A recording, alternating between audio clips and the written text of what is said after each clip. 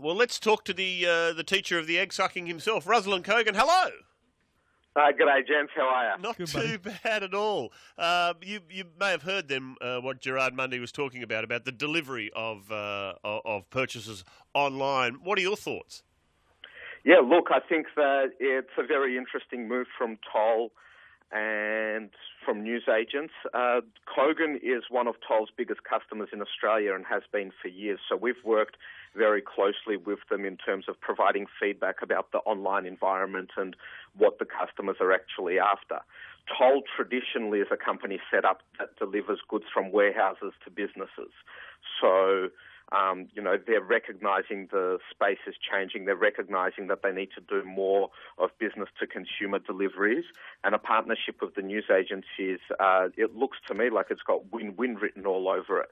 As you guys have identified already, people are buying a lot less newspapers and a lot less magazines and things like that. They're reading more and more off Kindles, iPads, and on the internet. So I'm sure we're seeing a decrease in traffic to newsagents, and look, this is identified that these newsagents are scattered all over the country.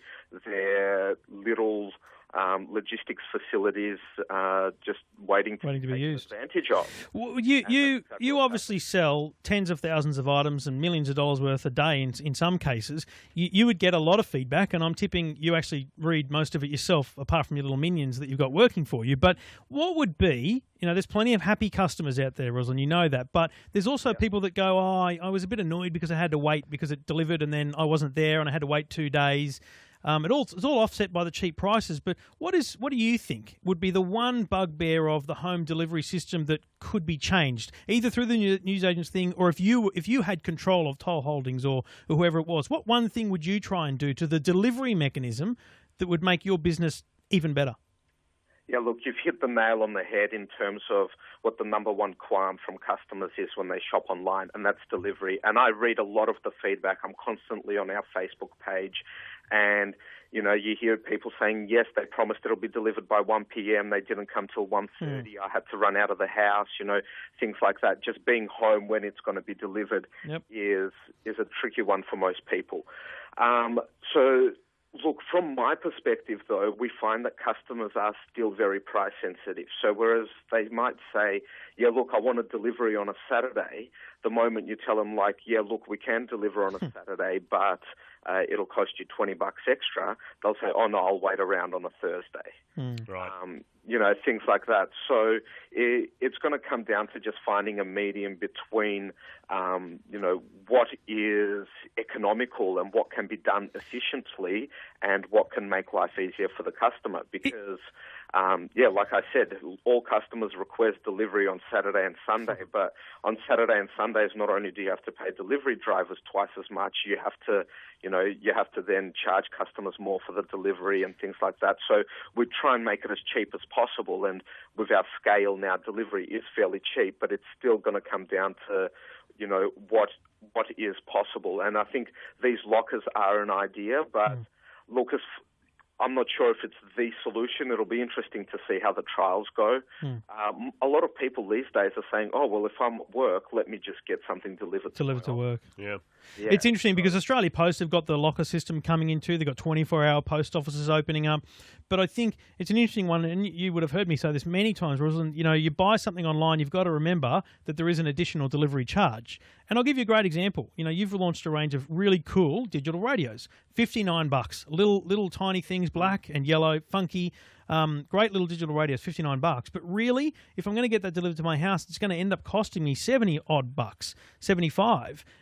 It's probably the sort of thing that I'll buy a Kogan TV and throw that in, and because it's an extra $59 and the delivery doesn't change. But on a smaller item, maybe that's where these kind of locker systems, Australia Post or the newsagents, maybe that's where the smaller items, the delivery fee doesn't become so much of a percentage of the overall price then. Maybe that's the future. Yeah, it could be. The other thing is, a lot of people buy online because the convenience of getting it delivered to your door. If you're picking something up from a locker, it becomes a two-step process. True. First, you've got to buy online, and then you've got to schedule in to visit the locker wherever it is and things like that. Now, if I'm in a shopping centre already, then if I was a convenience shopper rather than a price shopper, then I can just buy whatever I wanted to buy in the shopping centre anyway. So it's going to look, a lot of things will change in that space over the next few years. And the most important thing here is that companies like Toll, juggernauts like Toll are recognising that this is a trend and they need to concentrate on it. And Australia Post is starting to work in that space already. And the great thing about all of that is you hear a lot of people whinging about how online retail is taking jobs away and things like that. But in this case, this is online retail saving industries. If not for eBay, Australia Post would have been out of business 5 years ago. The online retail is about to save our newsagent industry and things like that. So they're all innovating and it's creating a lot of jobs, and ultimately the consumer's going to be the winner out of all of this. Ruslan, thank you very much for talking with us, Savo. It's exciting times indeed. Good to chat to you. Take it easy. Ruslan Kogan, founder and CEO of Kogan.com. I'm just thinking maybe it's a great job opportunity, money-making thing for agoraphobics who can't leave the house. You become a depot. Yeah, but you don't want people coming to your house. But either, you don't mind as long as you don't have to go outside. You just push things out with a stick. Perfect. I'm just saying, one person in the suburb becomes a drop point for the whole suburb and you make a bit of coin. I'm seeing risk. Yeah, risk. But the occasional TV that they forget to pick up. 13 32. We're going to take more of your calls right after this. Immediate. Informed. Non-stop. This is 2UE, where you don't miss a thing.